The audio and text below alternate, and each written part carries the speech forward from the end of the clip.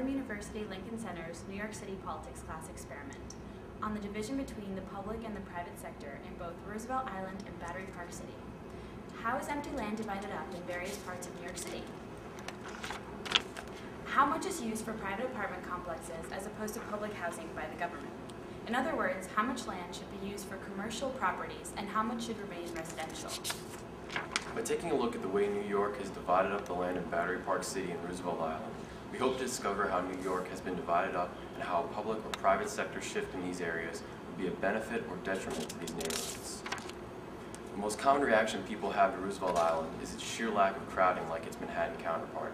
In fact, Roosevelt Island has far less of everything. Having only a few restaurants and shops on the entire island, Roosevelt Island is nearly completely residential, thanks to Mayor Fiorello LaGuardia, most of which is publicly funded. While there are some private apartments and condos on this island, Roosevelt Island is dominated by its public housing and schooling presence. Battery Park City, on the other hand, strikes many as a type of urban oasis stranded in the midst of the downtown financial district. What makes this area so unique is the way that it has been constructed to be home to both housing developments as well as local businesses.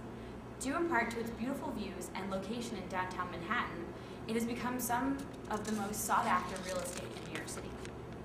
And unlike Roosevelt Island, the private sector seems to dominate this area, with only a small fraction of the land used for public government housing. This is due to Mayor Ed Koch's housing plans at the time he was mayor of New York City. Now let's go into the field and find out what makes these areas unique and what possible policy changes could be made to improve them further. Battery Park City takes up about 92 acres of space in the most southwestern tip of Manhattan. Currently, there are about 10,000 residents, 54% of which have household incomes of over $100,000 a year. For most who visit, the area is an oasis just west of the Mayhem financial district, but its exceptional services are often only applicable to those who can afford it. The area itself has many amenities, including around 22 restaurants, 52 shops, a movie theater, and 3 public schools. There are some beautiful parks with breathtaking views, but do people other than the residents frequent these areas?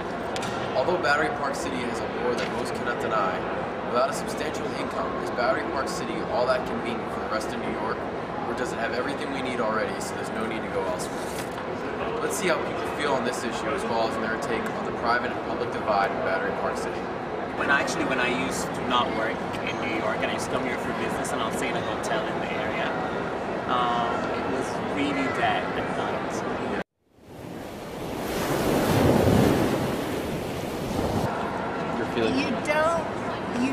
You could live here and not know that it's public housing. And it wasn't until maybe 6 years later that I realized it was public housing, and I had somebody working for me who told me, who's in one of the public housing parts of it. So I think there should be more public housing. Well, I think it should be more public at this point. It would be much better for everyone, and it would also be better for the economy at this time. Socialized economy with regards to making sure that everyone has a share of what is going around at this time. You know, there aren't enough other places to keep them away from this place. Yeah. I'm not, personally, I'm not a big proponent of creating subsidized housing. I'm more of the free market thinker that just let supply meet demand. Hi, and welcome to Roosevelt Island. It now seems obvious that what was once known as Welfare Island is now one of the most expensive areas to live in New York City. It seems that with the growing need for housing in Manhattan, people look to the next possible alternative for housing, moving out to the boroughs. What better than Roosevelt Island with such proximity to Manhattan? Real estate in Roosevelt Island has quickly risen in value and popularity, but perhaps there are some affordable places still to be found. Roosevelt Island is well managed, and although it seems to pertain to the private sector of the city, it has much to offer for the public to enjoy. We will now return to some local inhabitants for their take on the public-private divide present right here on Roosevelt Island.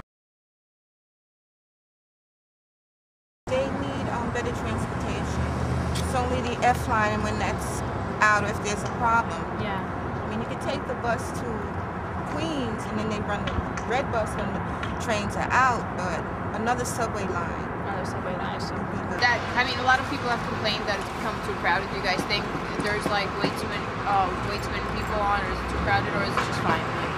Never noticed a problem. You can't even get on the F train now. Wow. You know what I mean? Because you only got that in the tram. Yeah. What we need is a boat, and you need some other kind of mode of transportation off of this place. Yeah. Because when things happened one day, a truck fell over the overpass down there, going out. The train was threatened with a bomb. The police stopped that, and the tram line was all the way down past that thing, maybe 20 people across. Yeah. So, you know, it's getting ridiculous. These people are just greedy. That's all. Real estate boners. There's too many people on the island. There's too many people, and they're just bringing the rent up. This island was supposed to be built for the disabled and people of low income and stuff. Right, but it's completely, they privatized our part. They changed it to Roosevelt Landings. It was bought by Urban American. And what did it used to be? It used to be called the Eastwood section. Eastwood section. Right, and it was Mitchell-Lama. They bought out the Mitchell-Lama and everything and privatized, rent up. It's like ridiculous. Wow. My name is Jeffrey Fishman. Okay. I work as a manager of Roosevelt Landings. Used to be known as Eastwood. It's Northtown Roosevelt. Is the ownership. Well, public housing, the conception is public housing. There are public housing generally is a statement is housing projects run by the New York City Housing Authority. This was up until December of '05 not public housing, but it was state built. It was the Mitchell-Lama program. Well, there'll probably be no more public housing or state-funded housing, Mitchell-Lama housing, because the market bears, especially in New York City, a need, you know, and the owners can profit. They could be paying as low as, you know, $300 a month for the same apartment as the next door neighbor's paying a couple $1,000s for. Section 8 is it's the only opportunity for the middle class, lower class income family, people who need assistance. That's the only way to do it. Roosevelt Island or anywhere in the city. Anywhere in the city. Hello and welcome back. It seems as if inhabitants of both Roosevelt Island, once called Welfare Island, and Battery Park City are divided on the issue of property and whether there should be more of an emphasis on the public or the private sector. However, a trend seems to surface regarding the need for more affordable housing, whether public or private. In Roosevelt Island, visitors expressed a need for the island's housing to go back to its roots with affordable public housing, complaining that there were way too many luxury residences being built to favor the always hungry housing market in or near Manhattan.